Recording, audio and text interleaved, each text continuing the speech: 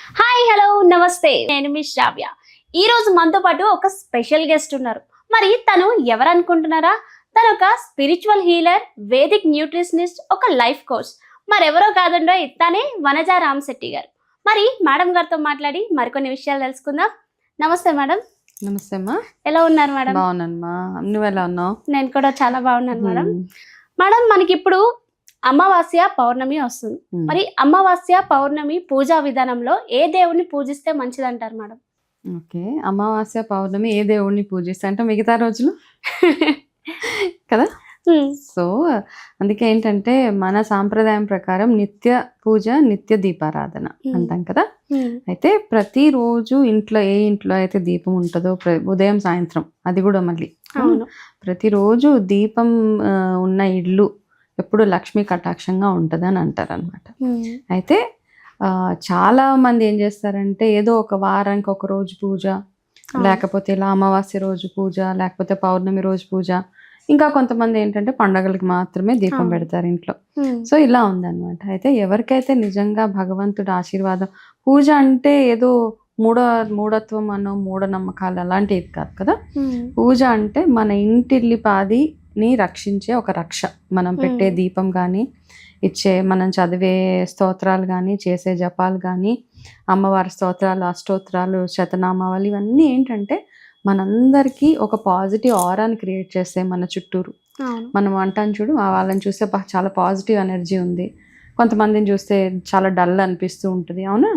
So ఇలాంటి అన్నీ ఏంటి అంటే మన ఆరాని మనం పెంచుకోవడానికి గాను మనము దైవభక్తి అటు స్పిరిచువల్గా వెళ్ళడం చాలా అవసరం అనమాట. మనం చదివే ప్రతి ఒక్క అష్టోత్తరాలు కానీ, భగవంతుడికి సంబంధించిన పురాణాలు, గాథలు అవన్నీ ఇంట్లో చదువుతుంటే ఏంటవుతుందంటే ఆ ఇంట్లో ఒక పాజిటివ్ వైబ్రేషన్ క్రియేట్ అవుతుంది. ఓకే, అందుకని కొంతమంది ఇంటికి వెళ్తే చూడు, అబ్బా ఇంట్లోకి అడుగు పెట్టగానే చాలా బాగుంది అన్న ఒక ఫీలింగ్, ఒక ప్లెజెంట్నెస్ అవన్నీ వస్తాయి. కాబట్టి ఆ నిత్యం చేసే ఆ పూజలు ఏవైతే ఉన్నాయో అవన్నీ దానికి పనికొస్తాయి అన్నమాట.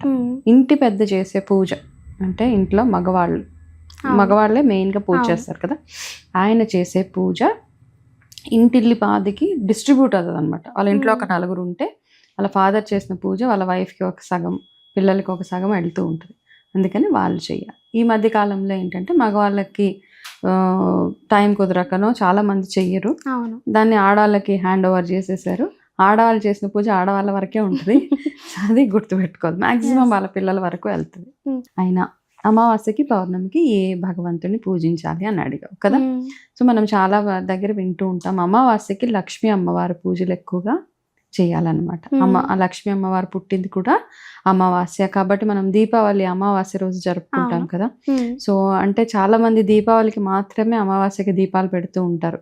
అయితే నేను ఇచ్చే ఒక చిన్న స్పిరిచువల్ రెమెడీ ఏంటంటే, అమావాస్య వచ్చినప్పుడు అందరూ ఏం చేస్తారంటే ఇల్లు అది మంగళవారం శుక్రవారం కాకుండా ఏ రోజు అమావాస్య వచ్చినా ఇంట్లో చిన్నగా కాస్త మార్పులు చేర్పులు చేసుకుంటే ఆ ఎనర్జీ షిఫ్ట్ అన్నది ఉంటుంది అనమాట. అదొకటి. రెండోది, అమావాస్య రోజు చక్కగా అంత క్లీనింగ్ అంతా చేసుకొని పూజ సాయంత్రం ఉదయం నార్మల్గా మీరు దీపారాధన చేసుకొని ఏదైనా స్పెషల్గా పూజ చేయాలి. లక్ష్మీ అమ్మవారి లక్ష్మీ కటాక్షం. లక్ష్మి అంటే ఏంటి? డబ్బు ఒకటే కాదు లక్ష్మి అంటే.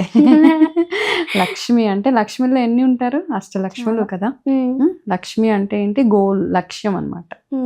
మనకున్న ధనలక్ష్మి, ధాన్యలక్ష్మి, విద్యాలక్ష్మి, సంతాన లక్ష్మి, ధైర్యలక్ష్మి, విజయలక్ష్మి, అభయలక్ష్మి, ఇన్ని లక్ష్ములు ఉన్నారు కదా. సో అన్ని లక్ష్మిలు ఉంటేనే, చదువు ఉంటేనే మనకి జాబ్స్ వస్తాయి. ఆ జాబ్ ఉంటేనే మనం నెక్స్ట్ ఏదైనా సక్సెస్ఫుల్గా ఏమైనా కొనుక్కోవడం. సో లక్ష్మి అంటే ఉత్తి డబ్బు ఒకటే కాదు. లక్ష్మీ కటాక్షం అంటే మన ఇంట్లో అన్ని రకాలుగా ఆరోగ్యపరంగా కానివ్వండి, పిల్లల చదువు పరంగా కానివ్వండి, ప్రతి ఒక్కటి లక్ష్మీ అమ్మవారికే రిలేటెడ్ అనమాట. ఓకే, కాబట్టి ఈ అమావాస్యకి మనం చేసే ఈ పూజలు ఏవైతే ఉంటాయో అవన్నీ సాయంత్రం పూట లక్ష్మీ కటాక్షం కోసం సాయంత్రం పూట చేసుకుంటే చాలా చాలా అమ్మవారి కటాక్షం. అయితే లక్ష్మి అంటే కొంతమంది అదే మైండ్ తోటి నాకు ఓన్లీ డబ్బులు కావాలి అన్న మైండ్తో కాకుండా అన్ని రకాలుగా నా ఇల్లు అభివృద్ధి చెందాలి, నా ఇల్లు, నా పిల్లలు, ఫ్యామిలీ మొత్తం అన్ని రకాలుగా ఉద్యోగ అభివృద్ధి, వ్యాపార అభివృద్ధి, పిల్లల చదువుల పరంగా అన్ని రకాలుగా బాగుండాలని చెప్పి అమావాస్య రోజు సాయంత్రం పూట లక్ష్మీ అమ్మవారు ఎక్కడ ఉంటుంది చెప్పు? ఎక్కడైతే ఎక్కడైతే శుభ్రంగా ఉంటుందో, క్లెన్లీనెస్ అంటాం కదా, నీట్గా ఏదైతే పచ్చటి గుమ్మాలు, పసుపు గుమ్మాలు, పచ్చటి తోరణాలు, అట్లా ముగ్గులు, ఇంటి ముందు ముగ్గులు, ఇవన్నీ లక్ష్మీ స్వరూపాలు అన్నమాట. కాబట్టి ఇంటి ముందు ముగ్గు, గుమ్మానికి పసుపు, చక్కగా నీట్నెస్, ఎక్కడ పడితే అక్కడ చెత్త చెదారం ఉంచేసి బట్టలు కుప్పలుగా, ఇల్లు సగం ఊడ్చకుండా, ఇట్లాంటి ప్లేస్లో ఎక్కడ లక్ష్మి నిలవదు. ఓకేనా? వంటిల్లో చూడు, కొంతమందికి వంటింట్లో చాలా వాసన వచ్చేస్తూ ఉంటుంది, నీట్నెస్ ఉండదు అసలు వంటింట్లో. అప్పుడు ఏమవుతుంది? ఇలా వంటిల్లు ఉంటే లక్ష్మి నిలవదు అంటారు. ఎందుకు చెప్పు? క్లీన్గా లేదు కాబట్టి. క్లీన్గా లేకపోతే ఏమవుతుంది? లక్ష్మి ఇంట్లోకి రాదు. ఎందుకు రాదు? దానికి అన్నిటికీ ప్రతిదానికి ఒక సైంటిఫిక్ రీజన్ ఉంటుందమ్మా. ఏమవుతుందంటే అన్హైజీన్ కిచెన్స్ ఉన్నా, అన్హైజీన్ డ్రైనేజెస్ ఇంట్లో ఉంటే ఏమవుతుంది? ఫస్ట్ మనం ఎక్కువగా బొద్దింకలు చూస్తాం అక్కడ, అవునా? విపరీతమైన బొద్దింకలు. ఆ విపరీతమైన బొద్దింకలు ఏం చేస్తాయంటే, ఎప్పుడైతే ఇల్లు క్లీన్గా ఉండదో, కిచెన్ క్లీన్గా ఉండదో, బొద్దింకలు ఏం చేస్తే డబల్ అయిపోతుంటాయి, బొద్దింకలు ఎక్కువ అయిపోతుంటాయి. ఒక 2 బొద్దింకలు ఉంటే చాలు, ఇల్లు మొత్తం బొద్దింకలు వచ్చేస్తుంటాయి. అప్పుడు ఆ బొద్దింకలు మనం తినే ఆహారంలోకి వాటిలోకి వెళ్ళినప్పుడు ఏమవుతుంది? మనం ఆహారం తిన్నాక మనకి రకరకాల హెల్త్ ఇష్యూస్ వస్తాయి. అప్పుడు నీ దగ్గర ఒక ₹1,00,000 లోపల పెట్టుకుంటా, ఆ ₹1,00,000 తీసుకెళ్ళి హెల్త్కి పెట్టేస్తాను. అందుకు లక్ష్మి నిలవదు అనమాట. ఓకే, దానికి వేరే రీజన్ ఏం లేదు. సైంటిఫిక్గా కూడా మన వాళ్ళు ఏం చేశారంటే, కాబట్టి అన్నిటికీ ఇంటర్లింక్ చేశారు ప్రతి ఒక్కటి.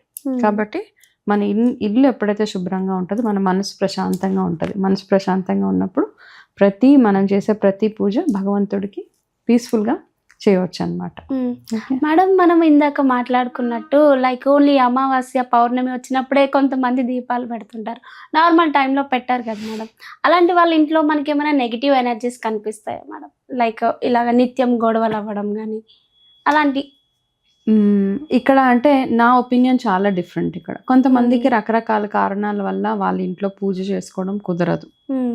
ఓకే, సో అట్లాంటి వాళ్ళ ఇంట్లో డెఫినెట్గా గొడవలు అవుతాయి, డెఫినెట్గా నెగిటివిటీ ఉంటుందని కదా. అట్లా చేయలేని వాళ్ళు ఏదైతే ఉంటారో వాళ్ళు ఏం చేస్తారు మోస్ట్లీ అనమాట. అలా చేయని వాళ్ళని కూడా నాకు చాలామంది తెలుసు, వాళ్ళు చాలా బాగున్నారు. అలా పూజలు చేయని వాళ్ళు కూడా చాలా చాలా వాళ్ళ లైఫ్ ఎంతో బాగుంది. ఎందుకు బాగుంది అంటే వాళ్ళ మనసు క్లీన్గా ఉంటుంది, అవతల వాళ్ళకి సహాయం చేసే గుణం ఉంటుంది.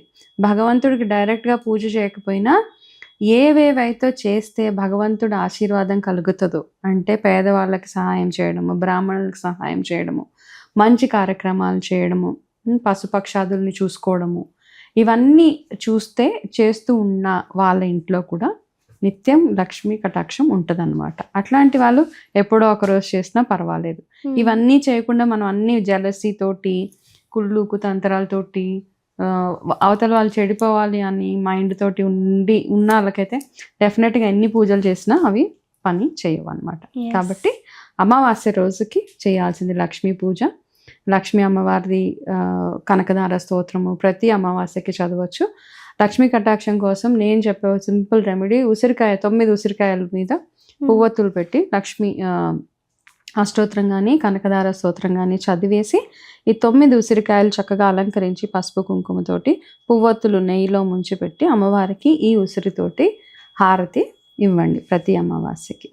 ఓకే, అలా చేసినప్పుడు మీకు మీ ఏదైతే అభివృద్ధి కోరుతున్నారో అది చాలా బాగా అవుతుంది. అదేవిధంగా పౌర్ణమికి ఏం చేస్తాం మనం?